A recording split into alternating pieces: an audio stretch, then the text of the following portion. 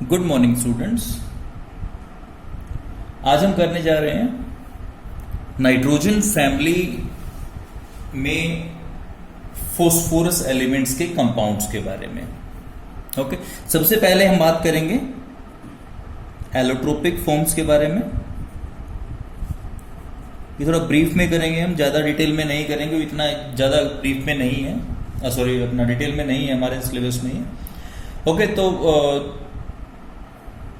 Phosphorus कई allotropic forms में exist करता है, जिनमें से कुछ इंपॉर्टेंट जो है वो हमारे पास है white phosphorus, red phosphorus, black phosphorus. Okay, तो व्हाइट फॉस्फोरस, पहले व्हाइट फॉस्फोरस के बारे में बात कर लेते हैं। व्हाइट फॉस्फोरस हमें मिलता है कैल्शियम फॉस्फेट, जो या हम बोलते हैं फॉस्फेट रॉक बोलते हैं जिसको हम, उसको हम कोक और सैंड के साथ हीट करते हैं इलेक्ट्रिक फर्नेस में 1773 केल्विन के ऊपर। कैल्शियम फॉस्फेट ये होगा Ca3PO4 का होल ट्वाइस।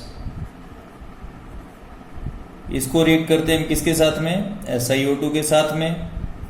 टेम्परेचर रहता है 773 केल्विन के आसपास। यहां से बनता है CaSiO3 कैल्शियम सिलिकेट और प्लस साथ में डाइफॉस्फोरस पेंटॉक्साइड। ओके, और ये डाइफॉस्फोरस पेंटॉक्साइड जो है ये अब रिएक्ट करता है कोक के साथ में और बनाता है P4। ओके, तो ये आपका बन गया व्हाइट फॉस्फोरस। ओके, स्ट्रक्चर के बारे में बात करें तो फॉस्फोरस P4 यूनिट की फॉर्म में एग्जिस्ट करता है। चारों के चारों फॉस्फोरस जो हैं वो sp3 हाइब्रिडाइज्ड हैं और स्ट्रक्चर कुछ इस तरह का मिलता है हमें।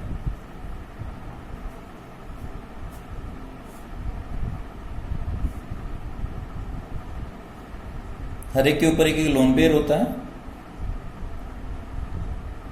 ओके, और PPP एंगल जो है वो 60 डिग्री का होता है। ओके, अब हम बात करते हैं रेड फॉस्फोरस की प्रिपरेशन के लिए।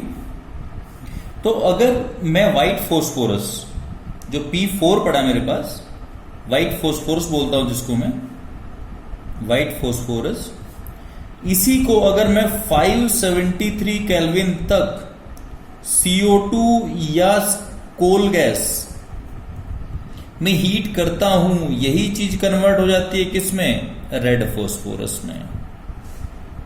ओके, यही चीज किस में कन्वर्ट होती है? रेड फॉस्फोरस में कन्वर्ट हो जाती है। और जो स्ट्रक्चर होता है, ये जो अब टेट्राहेड्रन, रेगुलर टेट्राहेड्रन दिख रही है आपको, ये एक जो और ये बॉन्ड दिख रहा है आपको, ये बॉन्ड क्या होगा? ये बॉन्ड ओपन अप हो जाएगा और इधर अपनी वैलेंसी और इधर अपनी वैलेंसी एक्सटेंड कर लेगा। तो स्ट्रक्चर देखिए क्या चेंज होगा उसमें। लगभग स्ट्रक्चर वैसा ही है, जो ये बॉन्ड भी वैसा का वैसा ही है, लेकिन ये वाला बॉन्ड जो पहले था हमारा, ये एक्सटेंड कर गया, अपनी ओपन अप हो गया और एक्सटेंड कर गया। अब आगे इसी तरह की टेट्राहेड्रन फिर से कनेक्टेड है इसके साथ में। सॉरी, ये नहीं होगा, ये वाला होगा। इसी तरह आगे अगर बात करता हूं तो आगे फिर एक्सटेंड करके इसी तरह से।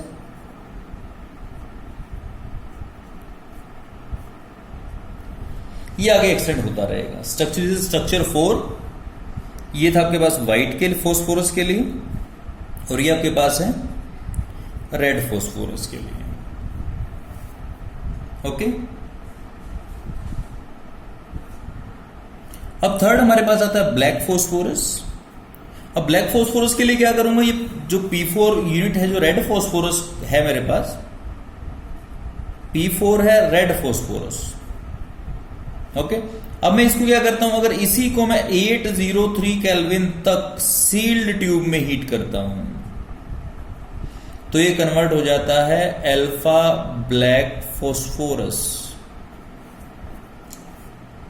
ओके, P4 नहीं कहूंगा, फोस्फोरस कहूंगा, क्योंकि इसका जो स्ट्रक्चर है, स्ट्रक्चर के अकॉर्डिंगली मैं ये चीज जो है इस तरह से नहीं बोल सकता। ओके, जो ब्लैक फोस्फोरस है वो 2 फॉर्म्स में एग्जिस्ट करता है, एक अल्फा ब्लैक फोस्फोरस और एक बीटा ब्लैक फोस्फोरस। ओके, और जो बीटा ब्लैक फोस्फोरस है उसमें लेयर्ड स्ट्रक्चर होता है, इसमें हेक्सागोनल टाइप का स्ट्रक्चर होता है। अगर मैं बात करूं, जैसे हमने स्ट्रक्चर पढ़ा था ग्रेफाइट के लिए, लगभग उसी टाइप का स्ट्रक्चर होता है फोस्फोरस, ये हेक्सागन बन जाती है इसके साथ में।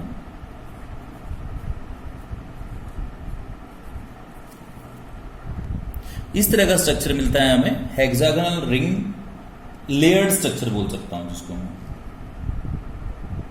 ओके, तो रेड फोस्फोरस को अगर 803 केल्विन के ऊपर हीट करें हम, सील ट्यूब के अंदर अल्फा ब्लैक फोस्फोरस बनता है।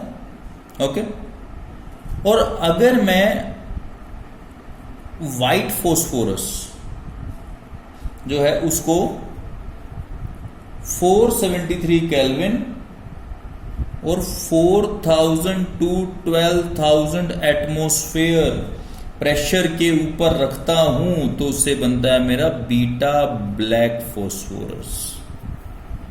ओके, तो मेथड अलग अलग है बनाने के, तो इस तरह से मैं इनको सिंथेसाइज कर सकता हूं।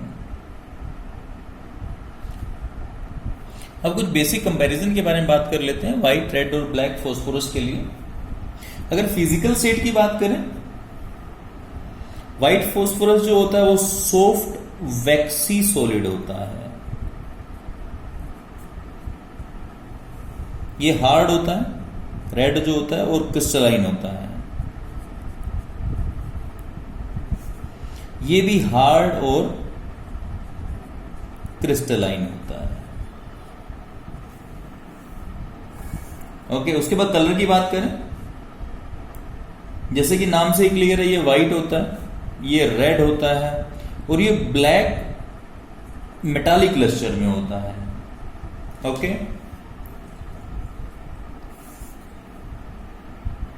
व्हाइट फोस्फोरस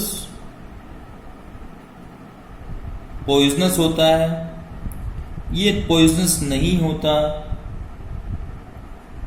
और ये पॉइजनस होता है। ओके, अगर स्ट्रक्चर की बात करें, ये मोनोमेरिक फॉर्म में एग्जिस्ट करता है, जो P4 यूनिट है उस फॉर्म में। ओके, ये एक चेन की फॉर्म में एग्जिस्ट करता है और ये एक शीट की फॉर्म में एग्जिस्ट करता है। ओके, अगर रिएक्टिविटी की बात करें तो व्हाइट फोस्फोरस काफी ज्यादा रिएक्टिव होता है, और इतना ज्यादा रिएक्टिव होता है कि उसको एयर से प्रोटेक्ट करने के लिए हम क्या करते हैं, बिलो वाटर रखते हैं। ओके, उसके बाद जो रेड फोस्फोरस है वो लेस रिएक्टिव होता है और उसका इग्निशन टेम्परेचर भी 543 केल्विन के आसपास होता है। ओके, इसका होता है 303 केल्विन। ओके, और ये काफी स्टेबल होता है, तो इसको इस चीज की कोई मेजर कोई इशू नहीं होता। ब्लैक फोस्फोरस और रेड फोस्फोरस जो होते हैं वो एयर में भी स्टेबल होते हैं। ओके, तो ये डिस्कशन थी about the allotropic forms of phosphorus. अब मैं बात कर रहा हूं किसके लिए, फोस्फीन।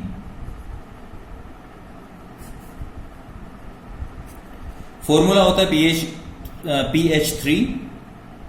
उसके प्रिपरेशन के काफी मेथड्स है मेरे पास। तो फर्स्ट मेथड है फ्रॉम मेटल फोस्फाइड्स, कैल्शियम फोस्फाइड लिया मैंने, उसको ट्रीट कर दिया कि वाटर के साथ में, यहां से बनेगा मेरे पास कैल्शियम हाइड्रोक्साइड और प्लस साथ में PH3 फोस्फीन गैस निकलेगी। ओके, इसी को अगर कैल्शियम फोस्फाइड जो मेरे पास है, अगर इसी को मैं ट्रीट कर दूं HCl के साथ तो भी कोई दिक्कत नहीं है, तो भी क्या बनेगा, CaCl2 बन जाएगा और साथ में फोस्फीन गैस बन जाएगी। ओके, इसी तरह मैं इसको फोस्फोरस एसिड से प्रिपेयर कर सकता हूं, H3PO3 इसको 473 केल्विन के ऊपर मैं हीट करता हूं तो मेरा बनता है H3PO4 फोस्फोरिक एसिड प्लस साथ में फोस्फीन गैस इवॉल्व हो जाती है। ओके, फोस्फोनियम आयोडाइड से थर्ड मेथड जो मैं कर रहा हूं PH4I, इसको किसे ट्रीट करूंगा मैं NaOH के साथ में, यहां से बनेगा NaI प्लस H2O प्लस साथ में required gas PH3 phosphine.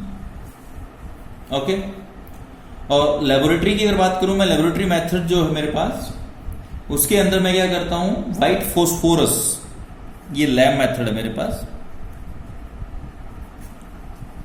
Lab method में क्या करता हूं मैं, फोस्फोरस जो व्हाइट फोस्फोरस है उसको मैं हीट करता हूं विद कास्टिक एल्कली NaOH, वो क्या होता है डाइल्यूट होता है, वाटर के साथ होता है।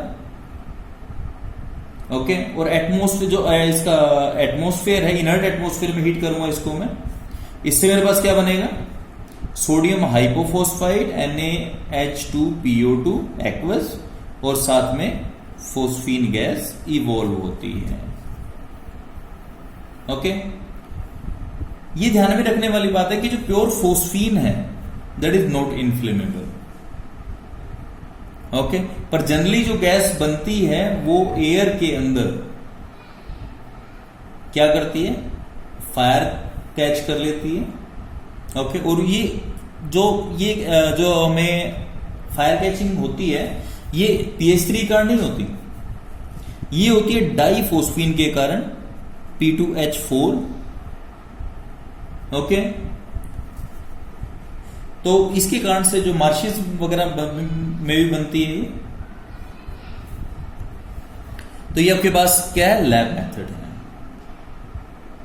ओके, और जिस तरह से इस जो आपके फोस्फीन है, फोस्फीन PH3 के वेपर्स को हम पास करते हैं वाटर के थ्रू डिलीवरी ट्यूब के से जो है, ठीक है, तो जो गैस के बबल्स हैं जब एयर के कांटेक्ट में आते हैं, ओके, तो वो क्या करते हैं, एक रिंग ऑफ स्मोक प्रोड्यूस करते हैं।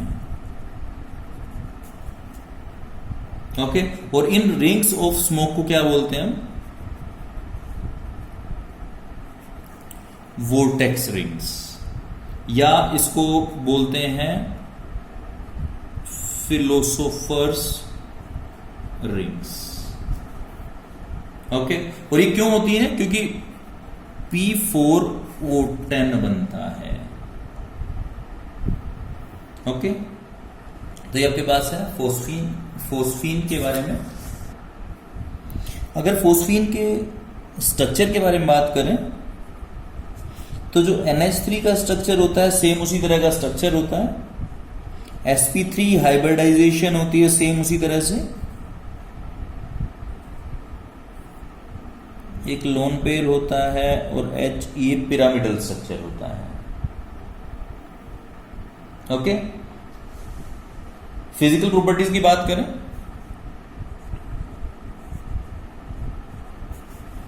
तो फोस्फीन जो होती है वो एक कलरलेस और अनप्लीजेंट ऑर्डर के गार्लिक स्मेल के साथ, या रोटन फिश बोल सकते हैं इसको। ओके, वैसी जो गैस होती है NH3 जो है वो काफी सोल्यूबल होती है वाटर के अंदर, बट इतना सोल्यूबल, PH3 इतनी ज्यादा सोल्यूबल नहीं होती, लेस सोल्यूबल होती है। वेपर डेंसिटी जो होती है वो 17 के आसपास होती है, लिटिल हैवियर देन एयर होती है। अब बात कर रहे हैं इसकी केमिकल प्रॉपर्टीज के ऊपर। ओके, सबसे पहले basic nature.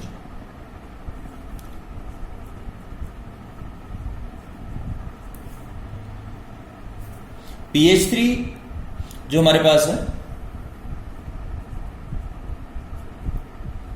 This will react with acids और ये बनाती है phosphonium halides, PH4 positive X negative. Okay, combustibility की बात करें तो PH3 plus O2 this is giving us H3PO4। अगर 423 केल्विन के ऊपर हीट करें इसको हम, डिकम्पोज हो जाती है absence in the absence of air, air की प्रेजेंस में तो फिर H3PO4 बन जाता है। ओके, तो PH3 को अगर हम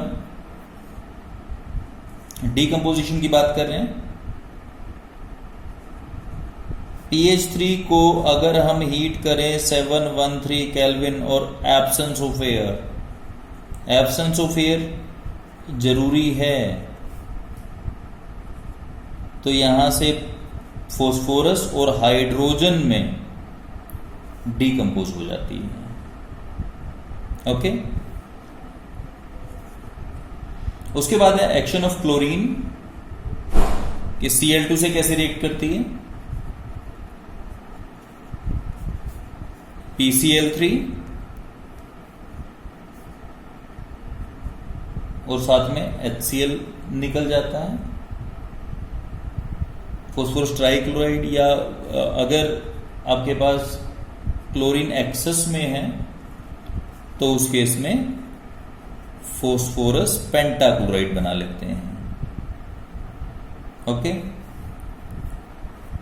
इसके बाद reaction with metallic salt solutions, phosphine तो ये होगी हमारे पास, metallic salt solution copper sulphate हो जाता है आपके पास, तो ये बनाता है Cu3P2 कॉपर फॉस्फाइड, इसके प्रेसिपिटेट्स बनते हैं। ओके, और साथ में जो आपके पास है वो बन जाता है H2SO4। इसी तरह से फोस्फीन रिएक्ट करती है मर्क्यूरी क्लोराइड के साथ HgCl2 के साथ में, तो Hg3P2 प्लस साथ में HCl, ये प्रेसिपिटेट बन जाते हैं इसके। ओके, तो फोस्फीन जो है वो इस तरह से अपनी केमिकल प्रॉपर्टीज को डिस्प्ले करती है। ओके, अब बात करते हैं यूजेस के लिए कि ये क्या यूज होते हैं फोस्फीन के। सबसे जो पहले यूज हुआ करता वो इसका यूज हुआ करता होल्मेज सिग्नल्स। होल्मेज सिग्नल क्या है कि जो डीप सी है उन एरियाज के अंदर डेंजर पॉइंट्स को बताने के लिए, ओके, तो वहां जो है फोस्फीन का यूज हुआ करता है। ओके, हमें पता है कि जो फोस्फीन गैस है, फोस्फीन गैस एयर के कांटेक्ट में आने के बाद वाइट स्मोक बनाती है। ओके, और उसी प्रिंसिपल का यूज करते हैं हम किसके लिए, होल्मेज सिग्नल के लिए। ठीक है, तो उसके अंदर क्या हुआ करता, कंटेनर जिनके अंदर क्या था, कैल्शियम फोस्फाइड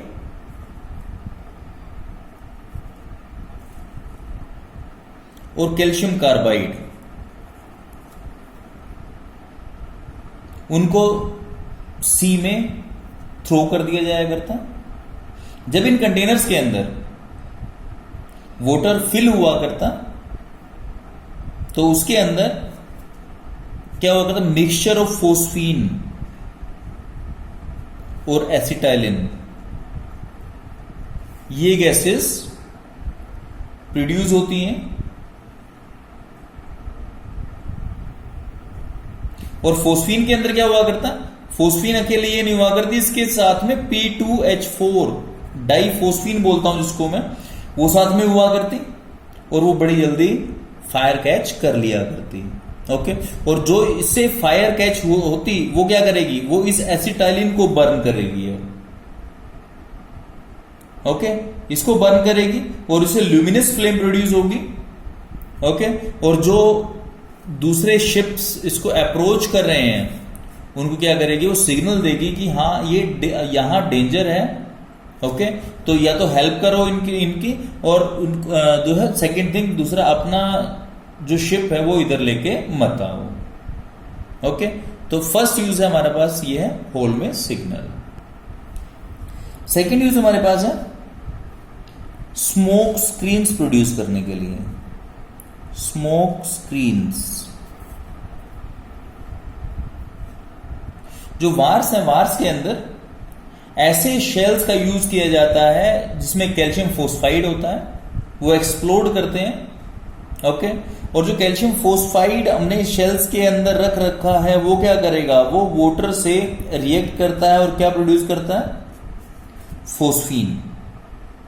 ओके, और अब जो फोस्फीन है ये एयर में जाके बर्न करती है और क्या करती है, P4O10 के क्लाउड्स प्रोड्यूस करती है। ओके, ये व्हाइट क्लाउड होते हैं और ये एक स्क्रीन की तरह काम करते हैं। ओके, तो ये आपके पास था ऑल अबाउट फोस्फीन। अब हम बात करने वाले हैं फोस्फोरस हैलाइड्स के बारे में। फोस्फोरस दो तरह के हैलाइड बनाता है, एक ट्राई हैलाइड और एक पेंटा हैलाइड। और ट्राई हैलाइड में जो मेन है वो मेरे पास है PCl3। ओके, तो हम इसी का एग्जांपल लेकर हम बात करेंगे। सबसे पहले प्रिपरेशन है। प्रिपरेशन में मैं क्या करता हूं, फोस्फोरस लेता हूं, उसको थायोनाइल क्लोराइड SOCl2 से ट्रीट करता हूं। उससे क्या बनता है मेरे पास, PCl3 plus SO2 plus sulphur monochloride S2Cl2, ये बन जाता है। ओके, तो ये मेरे पास रिक्वायर्ड कंपाउंड है फोस्फोरस ट्राइक्लोराइड। और अगर लैब की बात करूं तो लैब में तो सिंपल प्रोसीजर मेरे पास है। जो व्हाइट फोस्फोरस है, व्हाइट फोस्फोरस को मैं हीट कर देता हूं किसके, ड्राई क्लोरीन के एटमॉस्फेयर में, और इससे मेरे पास बन जाता है PCl3 liquid. Okay, hybridise structure की बात कर लेता हूं। PCl3 सेम स्ट्रक्चर वही होता है जो आपके पास NH3 का होता है, या आपने थोड़ी देर पहले PH3 का पढ़ा था। Cl एंगल होता है 100.4 डिग्री के आसपास। ओके, जो फोस्फोरस ट्राइक्लोराइड है वो एक कलरलेस और पंजेंट स्मेलिंग लिक्विड है। ओके, जिसका बॉइलिंग पॉइंट 347 केल्विन होता है और 161 केल्विन के आसपास ये सोलिडिफाई हो जाता है। मींस मैं ये बोल सकता हूं कि मेल्टिंग पॉइंट इसका 161 केल्विन होता है। और अगर इसको ओपन में रख दें, मॉइस्ट एयर में रख दें, तो व्हाइट फ्यूम्स ये प्रोड्यूस करता है। ओके, इसी केमिकल प्रॉपर्टीज के बारे में बात करते हैं। तो PCl3 को अगर वाटर से ट्रीट करता हूं मैं, मींस एक्शन ऑफ वाटर क्या होगा इसके ऊपर, यहां से बनता है H3PO3 फोस्फोरस एसिड और साथ में HCl के फ्यूम्स निकलते हैं। ओके, सेकंड, अगर मैं इसी को sulphuric acid, concentrate sulphuric acid treat कर दूं मैं, तो यहां बनता है मेरे पास क्लोरोसल्फोनिक एसिड OHSO2Cl, साथ में HPO3 plus SO2 plus HCl। ये मेरे पास क्या है, क्लोरोसल्फोनिक एसिड। ओके, इसी तरह से अगर मैं इसको ट्रीट करूं Cl2 के साथ में, PCl3 को ट्रीट कर दूंगा Cl2 के साथ में, तो क्या बन जाएगा, PCl5। ये प्रोसीजर भी हो जाएगा मेरे पास, आगे मैंने PCl5 पढ़ना है तो PCl5 प्रिपरेशन का प्रोसीजर हो जाएगा मेरे पास। ओके, अगर PCl3 को ट्रीट कर दूं ऑक्सीजन के साथ में, तो क्या बन जाएगा, POCl3 फोस्फोरस ऑक्सीक्लोराइड। और अगर PCl3 को मैं ट्रीट कर दूं सल्फर के साथ, तो ऑक्सीजन की जगह सल्फर घुस जाएगा, तो PsCl3 थायोफोस्फोरस ऑक्सीक्लोराइड हो जाएगा। ओके, तो ये मेरे पास है action with chlorine, oxygen and sulphur. Okay, कई जगह जो PCl3 है वो रिड्यूसिंग एजेंट की तरह भी काम करता है। जैसे अगर PCl3 को मैं ट्रीट करूं सल्फर ट्राइऑक्साइड के साथ में, तो यहां से ऑक्सीजन गेन कर लेता है, POCl3 बन जाता है और वहां क्या रह जाता है, SO2। ओके, इसी तरह से अगर मैं PCl3 को ट्रीट करूं SO2Cl2 सल्फ्यूराइल क्लोराइड, तो क्या करता है, यहां से क्लोरीन गेन कर लेता है PCl5 प्लस SO2। तो एक मेथड और हो गया मेरे पास PCl5 प्रिपरेशन में, और यहां इसकी प्रॉपर्टीज में आ रहा है। ओके, अब बात कर रहे हैं reaction with Grignard reagent. PCl3 Grignard reagent पता है आपको क्या होता है, RMGX।